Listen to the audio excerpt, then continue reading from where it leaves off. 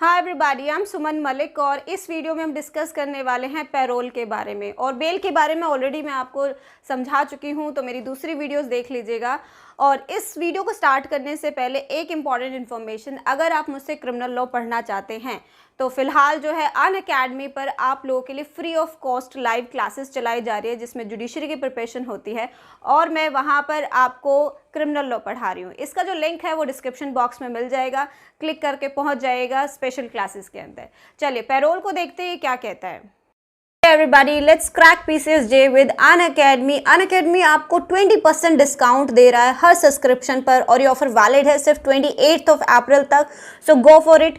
Unacademy पर special live classes रहती हैं जिससे आपकी जुडिशरी की प्रिपरेशन फ्री ऑफ कॉस्ट हो रही है। इसमें सारे ही इंपॉर्टेंट सब्जेक्ट कवर करवाए जा रहे हैं और मैं भी आपको वहाँ पर क्रिमिनल लॉ पढ़ा रही हूँ। सो गो फॉर इट। और अनअकैडमी पर फ्री मॉक टेस्ट सीरीज रहती है जिसके लिए कुछ नहीं पे करना है और सैटरडे संडे जीके जीएस रहता है। एंड WOL10 मेरा रेफरल कोड है, इसका इस्तेमाल करिए और अपने आप को एनरोल करवाइए अनअकैडमी पर।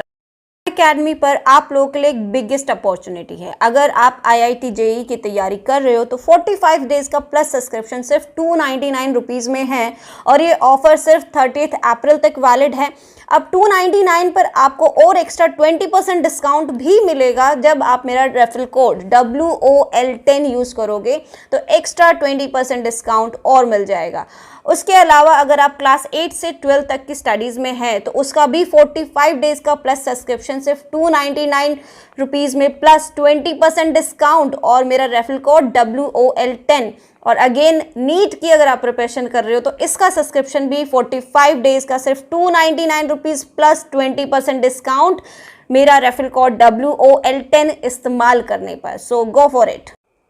पैरोल, अगर सिंपल भाषा में देखा जाए तो पैरोल का मतलब ये होता है, सपोज करिए किसी व्यक्ति को कोर्ट ने कन्विक्शन ग्रांट कर दिया है, तो कन्विक्शन में जाने के बाद जब वो व्यक्ति थोड़ा समय अपनी कन्विक्शन का टोटल जो ईयर्स उसे ग्रांट किए होते पनिशमेंट के, उसका जब वो थोड़ा समय जनरली 1/3 टाइम रहता है, तो जब वो अपना 1/3 टाइम जो है वो जेल में स्पेंड कर चुका होता है, उसके बाद उसे ये राइट मिल जाता है कि वो पैरोल की एप्लीकेशन लगा सकता है। बट ये एब्सोल्यूट राइट नहीं है कि एप्लीकेशन लगाए तो उसे मिल ही जाएगी, बट उसके पास राइट आ जाता है, लीगल राइट हो जाता है कि वो पैरोल की एप्लीकेशन लगा सकता है और उस बेसिस पर कोर्ट उसे कुछ दिनों के लिए कोर्ट जेल से बाहर भेज सकती है। तो ये पैरोल होता है। इसका इंग्लिश में मीनिंग देखिए, to release the accuse from the prison. तो आप एक्यूज को प्रिजन जेल से बाहर रिलीज कर रहे हो after part of sentence has been served by him, जब वो अपनी सेंटेंस का कुछ हिस्सा जेल में स्पेंड कर चुका होता है, उसके बाद ही उसे पैरोल मिलती है।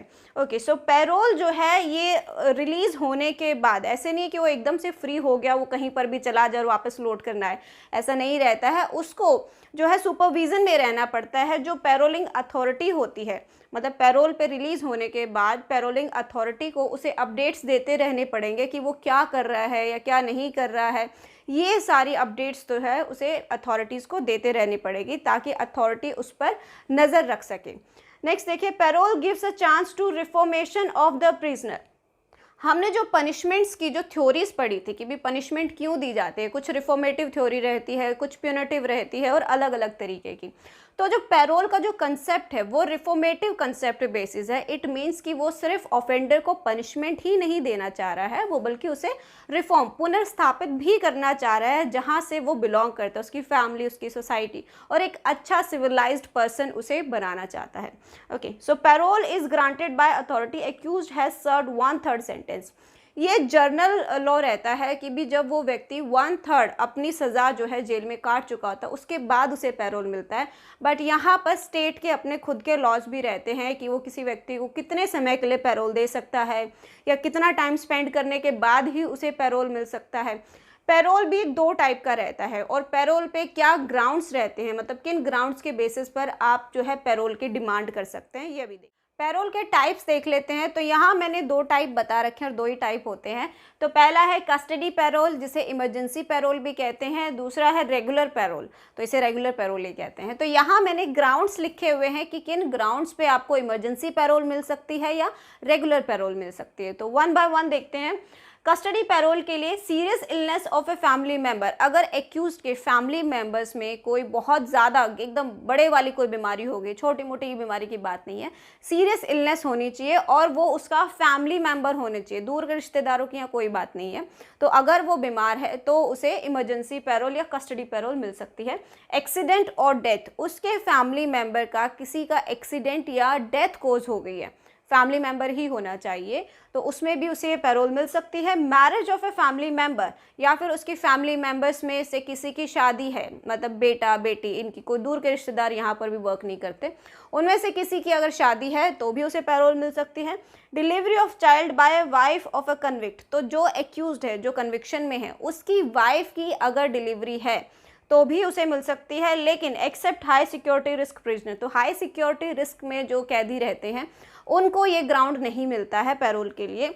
और no custody parole for foreigners and those serving a death sentence, तो जिसको डेथ सेंटेंस मिला है या जो विदेशी है, जो कन्विक्शन में है यहाँ पर, उसको भी ये पैरोल नहीं मिल सकती है।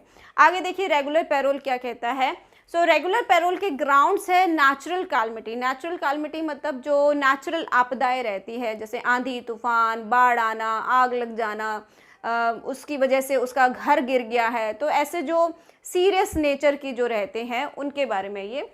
To pursue the filing of SLP, जब एक्यूज्ड स्पेशल लीव पिटिशन में जाता है हाई कोर्ट के डिसीजन के अगेंस्ट, जिसमें उसे कन्विक्शन या फिर उसकी कन्विक्शन को अपहोल्ड अगर उसे कर दिया गया है, तो उसके अगेंस्ट जब वो सुप्रीम कोर्ट में SLP लगाता है तो उसके लिए भी उसे रेगुलर पैरोल मिल सकती है। तो ये जो ग्राउंड्स हैं ये एग्जॉस्टिव नहीं है, इट मीन्स कुछ और, अगर केस टू केस कोई ऐसा स्पेशल ग्राउंड अराइज हो रहा है तो उस बेसिस पर भी वो पैरोल ले सकता है।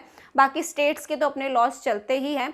एक एग्जाम्पल देख लेते हैं इसके लिए। महाराष्ट्र गवर्नमेंट के द्वारा नए रूल बनाए गए हैं पैरोल के बारे में कि रेगुलर पैरोल उस व्यक्ति को नहीं मिलेगी जो व्यक्ति अगर murder with rape, kidnapping, narcotic या स्मगलिंग या फिर ऑफेंस अगेंस्ट विमेन या चाइल्ड, इनके अगेंस्ट अगर उन्होंने ऑफेंस किया है तो उन केसेस में उस व्यक्ति को रेगुलर पैरोल नहीं दी जाएगी। तो ये वहाँ का रूल है। तो हर स्टेट अपने हिसाब से अपने अपने अलग अलग रूल्स बनाते हैं जिसे उस स्टेट में फॉलो किया जाता है।